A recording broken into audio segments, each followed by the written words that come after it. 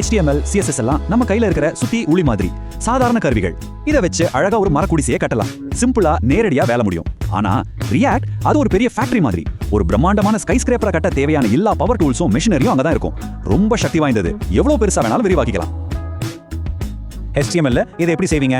நீங்க அந்த 20 ஃபைலையும் ஒன்னொன்னா ஓபன் பண்ணி எல்லாத்துலயும் அந்த லாக் அவுட் லிங்கை சேர்க்கணும். அடேங்கப்பா, கேட்கும் போதே தலை சுத்துது இல்லையா? தப்பு நடக்க இவ்வளவு வாய்ப்பு இருக்கு. ஆனா ரியாக்ட்ல பாருங்க, sidebar.js னு ஒரே ஒரு ஃபைல் இருக்கும். அதை மட்டும் எடிட் பண்ணா போதும். அடுத்த செகண்ட் அந்த மாற்றம் ஆட்டோமேட்டிக்கா அந்த 20 பக்கங்களையும் வந்துடும்.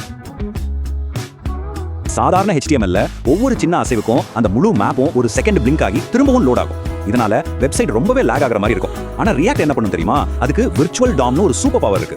அது ஒரு ப்ளூ பிரிண்ட் மாதிரி அந்த மேப்ல எந்த புள்ளி நகரணுமோ அந்த ஒரு பிக்சலை, அந்த ஒரு சின்ன பிக்சலை மட்டும் துல்லியமா மாத்தும். இதனால எந்தவித லாகும் இல்லாம உங்க ஆப் பட்டாசு மாதிரி வேகமா ரொம்ப ஸ்மூத்தா வேலை செய்யும். பாத்தீங்களா? இப்படி பண்ணும்போது கத்துக்கிறது எவ்வளவு ஈஸியா இருக்கு. Hello everyone, welcome to Connect and Build. Sit back, relax, and enjoy the video. Let's get started.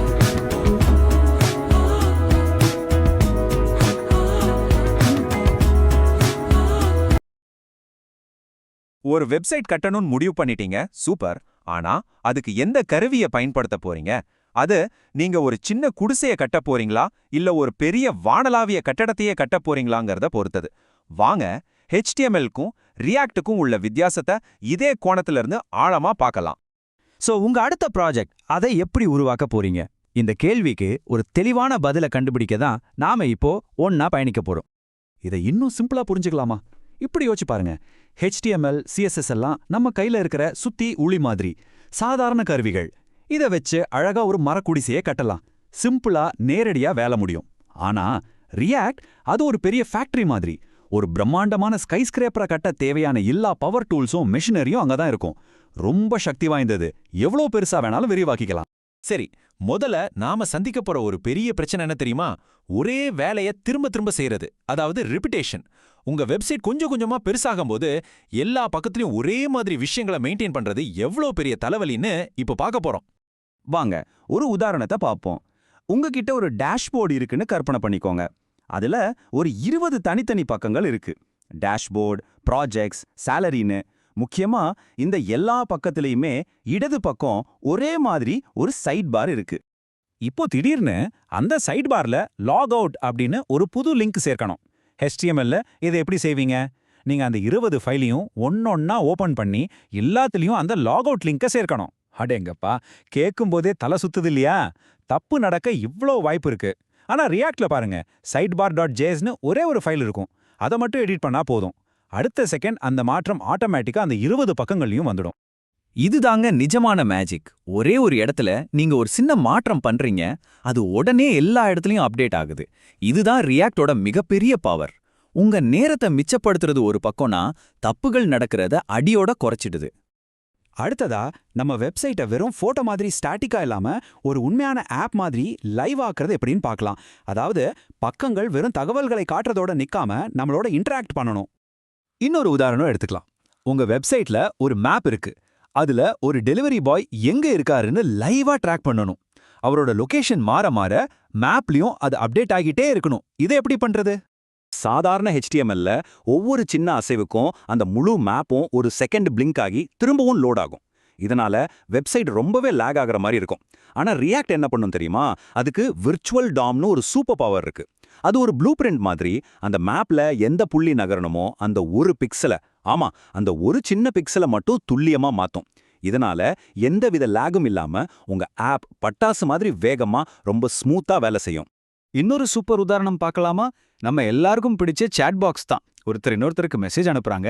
இங்க ஸ்பீடு தான் ரொம்ப முக்கியம் இல்லையா? சும்மா யோசிச்சு பாருங்க. ஒரு பழைய HTML வெப்சைட்ல புதுசா மெசேஜ் வந்திருக்கான்னு பார்க்க நம்ம பக்கத்தை ரீஃப்ரெஷ் பண்ணிக்கிட்டே இருக்கணும். ஆனா ரியாக்ட்ல அப்படி இல்லை. மெசேஜ் வந்த அடுத்த செகண்டே நம்ம வாட்ஸ்அப் இல்லைனா ஃபேஸ்புக் மெசஞ்சர்ல வர்ற மாதிரி அதுவா ஸ்க்ரீன்ல டக்குன்னு வந்து நிற்கும். எந்த ரீஃப்ரெஷும் தேவையில்லை. இதுதான் ரியாக்டோட அந்த ரியாக்டிவ் பவர். சரி, இதுவரைக்கும் நாம சில முக்கியமான பிரச்சனைகளை பார்த்தோம், அதோட தீர்வுகளையும் பார்த்தோம். இப்போ சில பொதுவான ஃபீச்சர்ஸை எடுத்துக்கிட்டு எதுக்கு HTML சரி வரும், எதுக்கு ரியாக்ட் தான் பெஸ்ட்னு ஒரு நேரடி ஒப்பீட்டை பார்த்துடலாம் வாங்க. இந்த டேபிள பாருங்க, ரொம்ப தெளிவா புரியும். பல ப்ராஜெக்ட்டுகளை ஹேண்டில் பண்ணணுமா, ரியாக்ட் தான் வின்னர். ஏன்னா நீங்க ஒரே காம்போனண்ட்டை திரும்ப திரும்ப பயன்படுத்தலாம். சம்பளத்தை ஆட்டோமேட்டிக்கா கணக்கிடணுமா?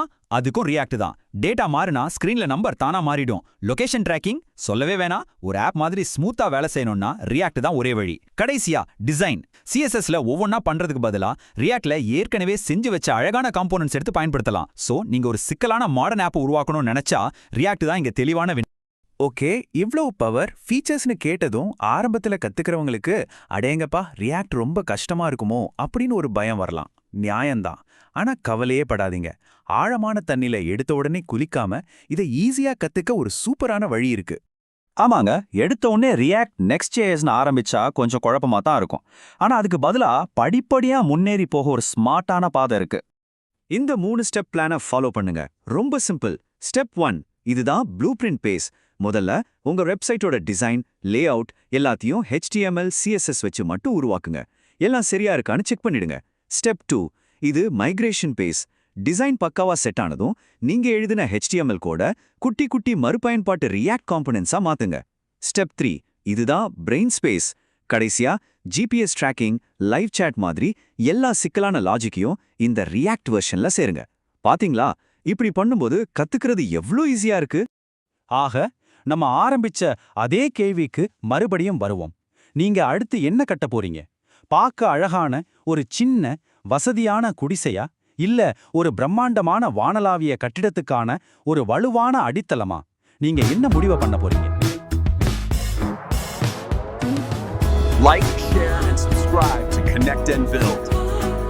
I have already done. Did you guys subscribe?